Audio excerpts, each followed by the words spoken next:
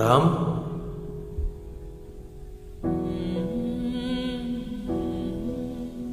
నీ మనసులో భయానికి చోటిస్తే డాడీ ఉండడు, డాడీకి చోటిస్తే భయం ఉండదు.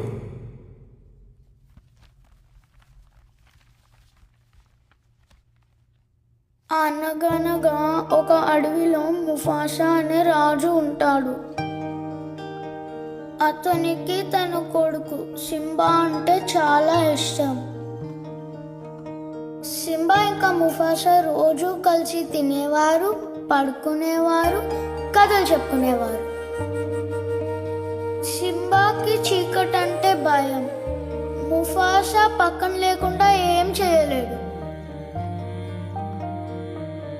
ఒకరోజు ముఫాసా వేట నుండి ఆలస్యంగా వచ్చేసరికి సింబా భయపడుతూ, నాకు నీలానే చీకట్లో ధైర్యంగా ఉండాలనిపిస్తుంది,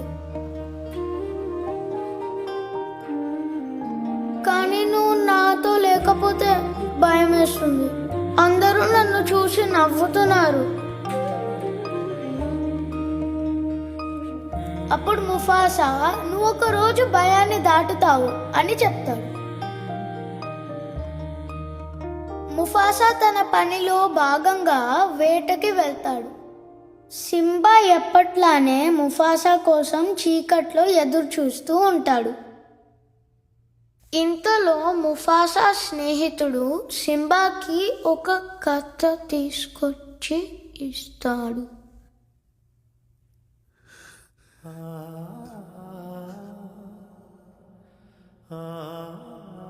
సింబా ఆ కథని చదవడం స్టార్ట్ చేస్తాడు.